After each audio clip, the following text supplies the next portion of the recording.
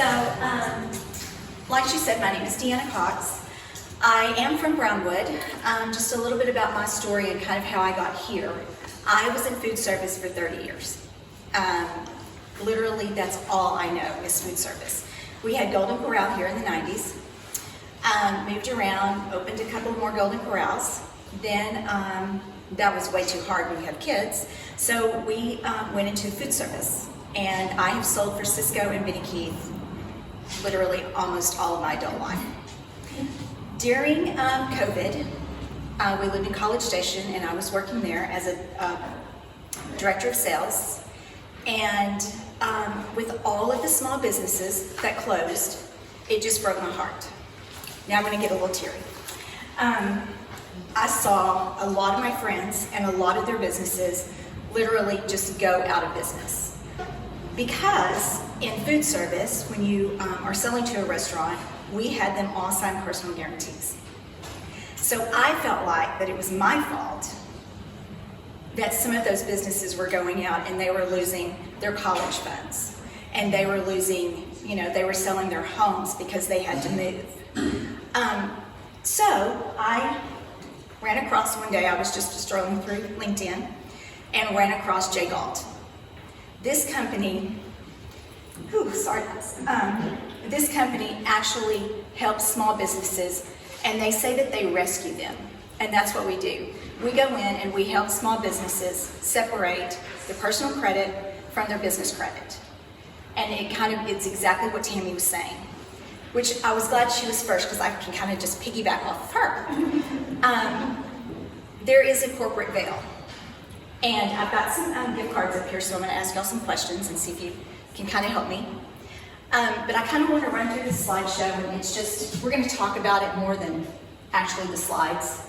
But I want y'all to just kind of understand where my passion is on helping, because I really do care about small businesses, and mostly about women and minority businesses. To me, that's personal.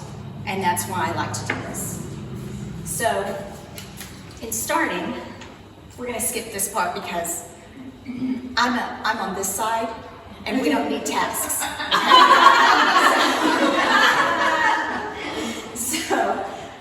This just tells a little bit about what we do. So, we specialize in helping small businesses, again, separate business and personal credit. And the way we do that is we build business credit profile around your EIN number or your federal tax ID number. And we separate that from your social security number. And then, obviously, when you need money that you have. And with doing this, there is no personal guarantees and there's no credit checks on your social security number. Because, again, you are separating it. So everything is around your business. So, actually, it's a SaaS company. It's a 7-step program. We guide you through the whole platform to get to the point that you need to be. And basically, we are not a lender. So on this little thing, it said small business finance. No, I cannot help you with financing. So that would be something that you need to go to your bank with. And this is how we help businesses offload risk. Mapping cash flow. Tammy talked about this. It is very important to know where your cash is going. So we walk you through that. We guarantee $50,000 in business credit in a year. We have financial coaching, we remove personal guarantees, and then at the end of that year, we do a business valuation because it's very important for you to know what your business is valued at. If you needed to liquidate, how much would your business be worth? Okay, this is the fun part. So, what is the difference in business credit and personal credit? So, do you know your FICO score? And I want this to be interactive, so y'all answer. Do you know your FICO score? Yeah. Okay. Well-ish. You know what your FICO score should be, or what you would like it to be. Okay, if you own a business, do you know what your paydex score is? Do you know what a paydex score is? Okay. This is the problem. This is why we're here. Okay.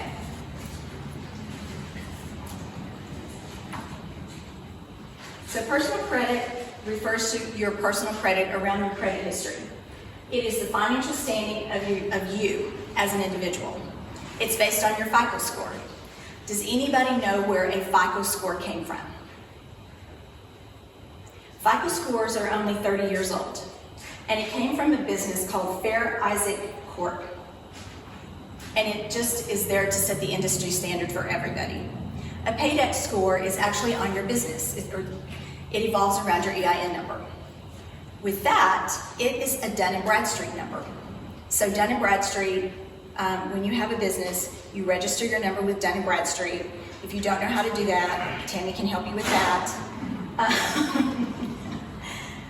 But with that, they score you.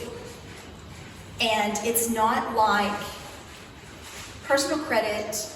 As soon as you get your Social Security card, they start watching you, right? They start, if you have a loan at Home Depot and you put it on your personal account, all of that is on your personal credit score. Business credit is not like that. Business credit is intentional. You have to build business credit, and that's where so many people get in trouble. So this is the corporate veil that Tammy was talking about. So who can tell me, and this is cheating because we've already gone over this, who can tell me for a gift certificate to HTO, I'm so glad y'all have one now, why you have an LLC? From what? From being sued. Okay. So what happens? Exactly. So what happens when you combine your business and your personal finances? You can answer, Tammy. Oh, I'm gonna listen. She's sitting there. You're putting at risk What are you putting at risk? your personal assets. Yes. And putting your personal assets at risk, you could lose everything if your business is sued.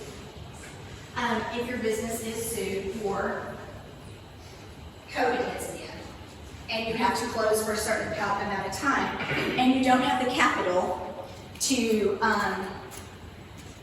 weather those storms. That's where business credit comes in, because you will always have the capital once you've built it to weather those storms. So personal credit scores. Personal credit score, everybody knows, is 300 to 850. Business credit score is 0 to 100. So a personal credit score of 720 is about the same as a business credit score of 80. So you want to be 740 or above to be golden. And that's what we try to get you to. So this is what the paydex score looks like. There's three, I've lost my train of thought now. There's three credit agencies, Dun & Bradstreet, Experian, and Equifax. But it's two separate divisions of Experian and Equifax. This is the business side. So your Intel score is from Experian, and Equifax just does a business credit report. They didn't name it anything fancy. So with that, Dun & Bradstreet has paydex. Most everyone that gives you a business loan, including the Small Business Administration, goes by your paydex and your Intel score. And they can vary just based on how they rate. So your paydex score, 0 to 49 is a high risk. That means you don't make your payments and you're 3 months late. 50 to 97, 50 to 79, payments are 15 to 30 days late. If you have this problem with your paydex score, you will not get a loan. They just will not. 80 to 100, you're low risk, you make your payments either early or on time. And obviously that's what we all want. With business credit, that's all you have to do. You have a loan, you make your payments. And it's just rinse and repeat. You have a loan, you just make your payments on time every month, and your score stays the same or goes up. So these are some advantages. So if you're starting a new business, that may be the only option that you have for capital. Because if you do not have business credit, obviously you're starting a startup, you're not going to have the capital that you need in business credit to have a loan, to get a loan, a business loan. You have a rewards card. The problem with the rewards card is that, let's say Chase, you have a Chase awards card, a Visa. Chase does not report to a business credit agency, not any of them. American Express only reports if you're delinquent. That's why I'm saying business credit is intentional. You have to know who to go to get it, because not everybody reports. Home Depot honestly does if you get a business account. Just strange different things like that. And then if you're a high-risk venture, restaurants now are considered high risk. So it's really hard to go in and get a business loan unless you put your personal guarantee down to start up. Disadvantages, credit score damage. Obviously, the more you use it, your debt ratio is off and then your score's not good. Liability risk. This is why you have an LLC, so you don't have to do this. It limits your borrowing capacity. Again, it's based on your your personal credit score. Personal credit score has a limit. I think it might still be $50,000, and that is the most that you can borrow on a personal credit. Business credit, you can go up into the millions. And then obviously it's harder to keep track, and you make your CPA and bookkeeper crazy.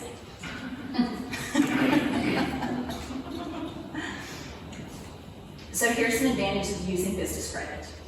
Again, it separates your personal and your business. And that's really what you want to do. That's the whole goal. You want to have the capital, but you really just want to be compliant. You don't want to mingle those things.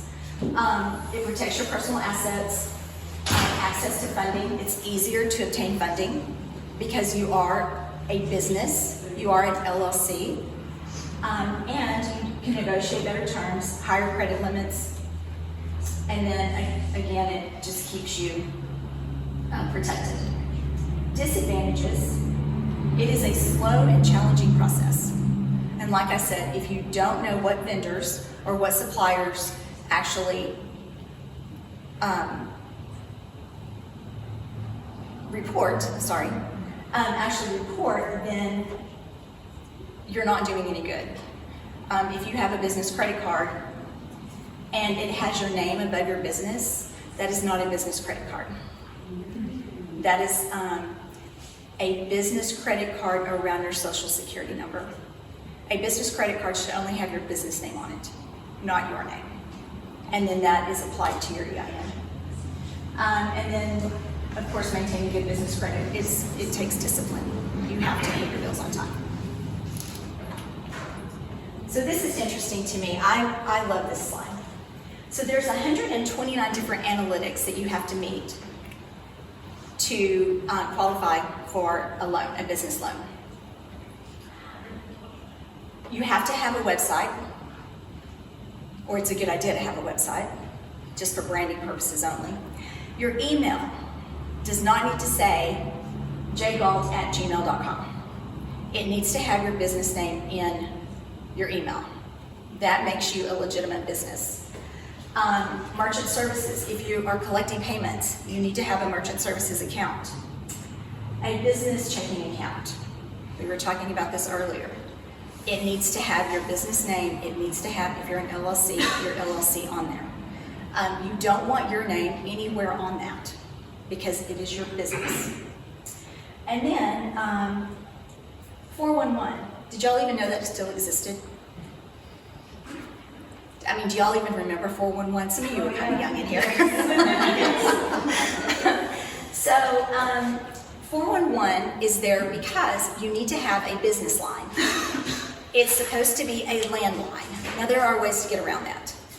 There are all different kinds of apps that you can go to that will actually give you a business phone number, but it's attached to your phone number so you can still use your cell phone.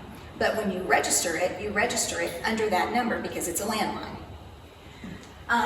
but it has to be registered with 411, or SBA won't even look at you. Secretary of State and your federal, everything has to match. If you have a post office box on your federal tax ID and you have a street address in the state of Texas, that's going to red flag, and then you're going to have to explain yourself. Everything has to match perfectly. That's why when Tammy was saying you have to start at the beginning and do it correctly all the way through, this is part of starting it correctly. Knowing all of this to walk yourself through so you can actually have a business and not to be, this is kind of ugly, but I do stand on this side just a little bit. You don't want to be a wannabe.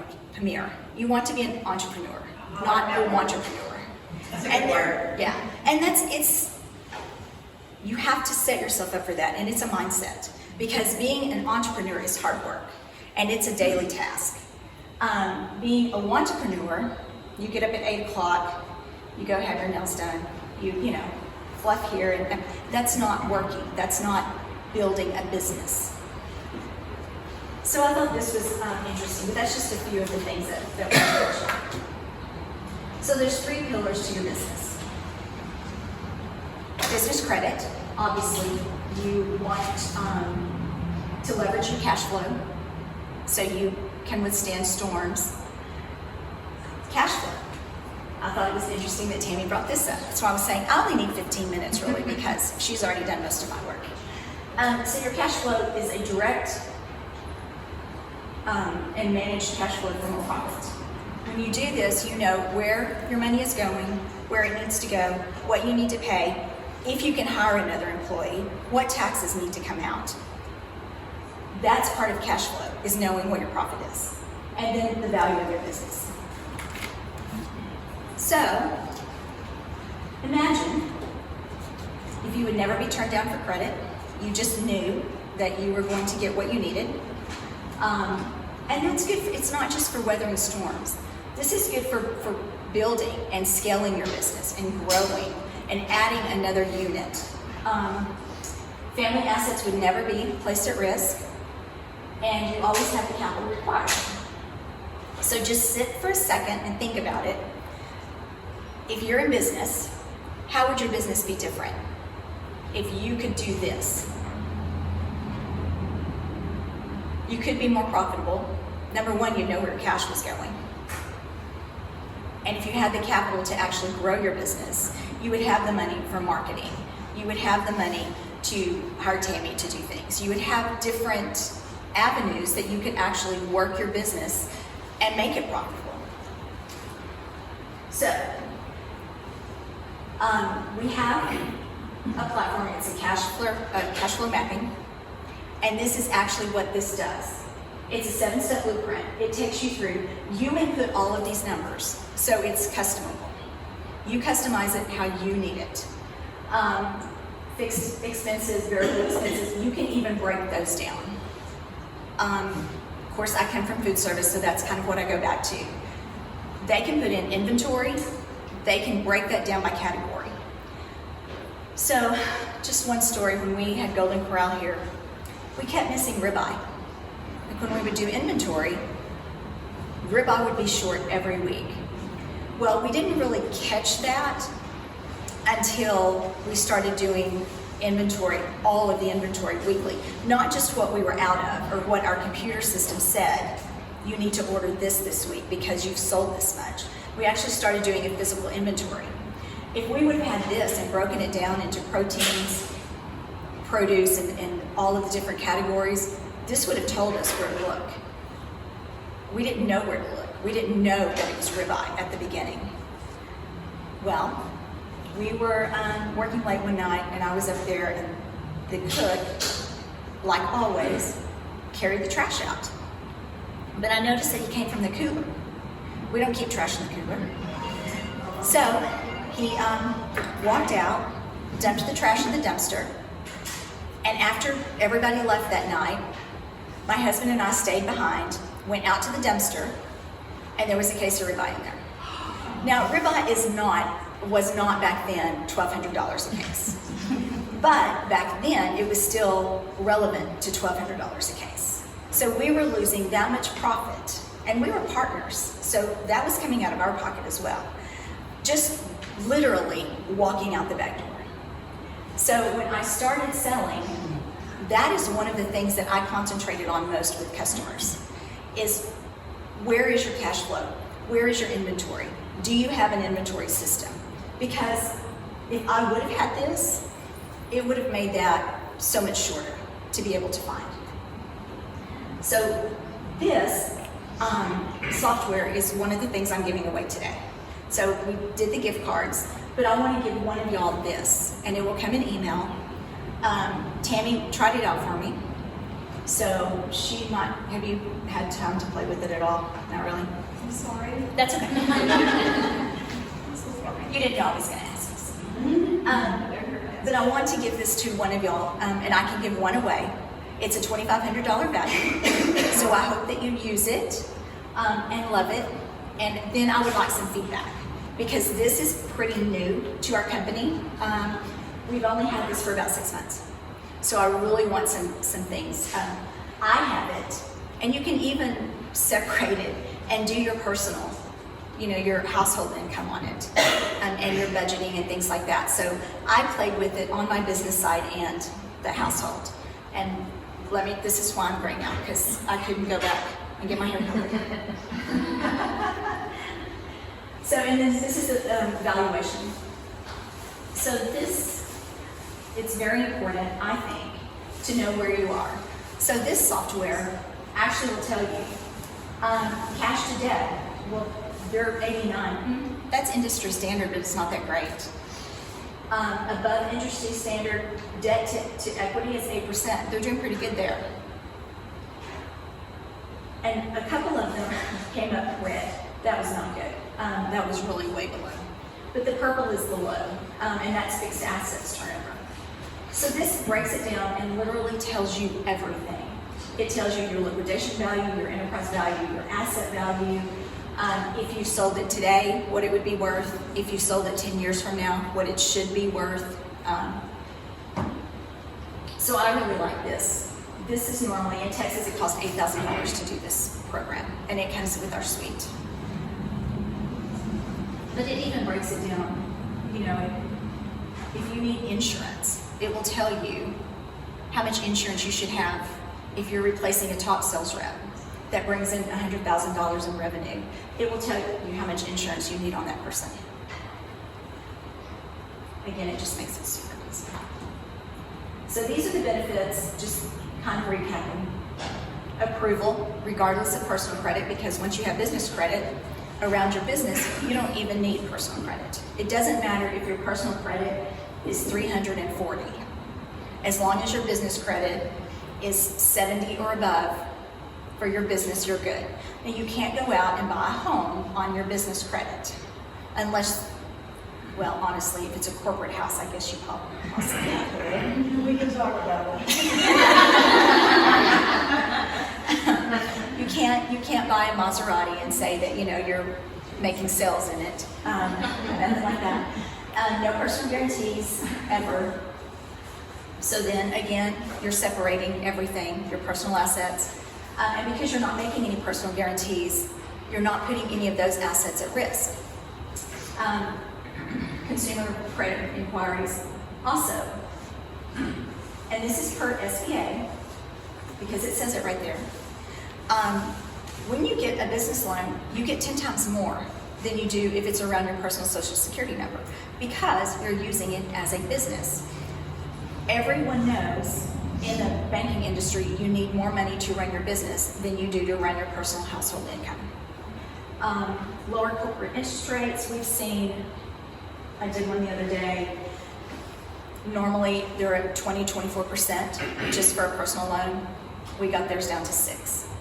So there's a huge difference when you're corporate or personal. And then obviously they just run your credit report on your business and you take it and give it to the loan officer and it's done. So that's about all I have. And I ran through that quickly because We'd already heard some of it. Do y'all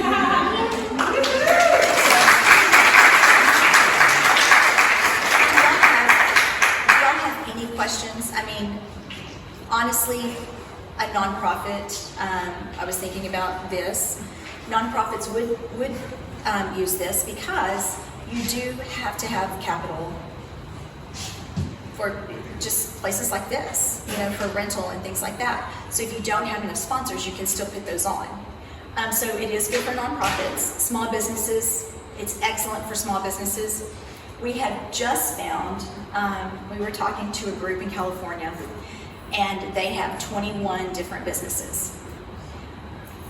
The man started the business about 25 years ago. He wants to pass it down to his children. This is generational wealth. Everything is tied around his Social Security number. That business cannot be just, he can pass the business down, but all of the capital that he has built around his social will not pass with the business. So he has started all of those different businesses. He has started doing this, building his business credit around the business EIN, because when you pass down a business, the federal tax ID number goes with it. And so that's what he started doing. So that's just kind of something with this company that we just kind of fell into. Just because the guy said, well, wait, we'll just work for this. And we have MBAs and attorneys on staff. And so we ran it through them and they said, yes, that is what we need to do. And he doesn't have to do it through us. Obviously, you can build business credit in other ways. But I thought that was interesting. But J. Galt is a good company. I love working for them or with them. I have a business consulting firm, which is restaurants only. I do not pretend to know anything about any other business but mine and restaurants. But if y'all have any questions, just let me know. I do have one. But And I know you and I touched on this before. Obviously this starts at the LLC level. right. But what if you're not yet an LLC and you have only established a DBA? You can Is still there do a way it. that you can go ahead and start working with people like that? Yes, because they have the DBA. Okay. As long as you have your EIN number. As long as you have an EIN, which you can have as a DBA. Yeah. Yeah. So yes, they can. I understood them though. Doing business as. Doing business as, and it's for employer identification number, but we call it an XI. It's an employee identification. So, it's probably no question, but I specialize in that. Can you be too small? Like I'm LLC, but it's just me right now. It's okay. What kind of business is, I mean, is it something that you're going to be growing, that you want to grow your business? I guess so. Well, we moved from Canada, so it was bigger in Canada, and then I came here and kind of started over, and so it's morphing, but now listening to you all, I'm like, oh my goodness, I need to. So you're never too small to get going? No, you're never too small. Never. So I'm going to do the drawing for the cash flow. Oh, I'm sorry. Sorry, I was just going to ask, can you have multiple DBAs under your original LLC that's not related, can the businesses be unrelated and still roll another DBA under your original LLC? Tammy? Yes and no. It depends. I'm going to give you the standard answer is it depends. Okay. So we might need to talk about that. Yes. I know with our program, as long as it's the same EIN number, you can use the same program. But once you have a different EIN number, then it has to be, you have to build business on that business. You can't mix, you can't commingle. So before you draw, I was just gonna say, if your number is drawn, but you are like, I don't have a business, I'm never gonna use this because of the value of this gift, would you consider passing or giving it to someone that you know will use it? Because we don't want a gift of this magnitude to sit in our inbox. So, yeah, go ahead. So are y'all good with that? Or if you're starting a business. Yes. Definitely keep it because it will help you get going to know where to put what Yeah. to whom and make everybody's life in your life easier. Okay. I can't see these.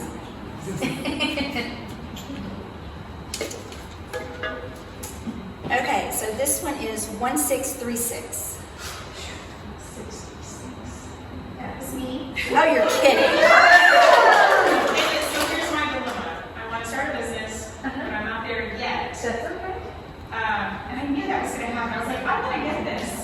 Places. And so now this makes me think this is my sign. Yes. Aw. So maybe this is my sign, but because I got chosen.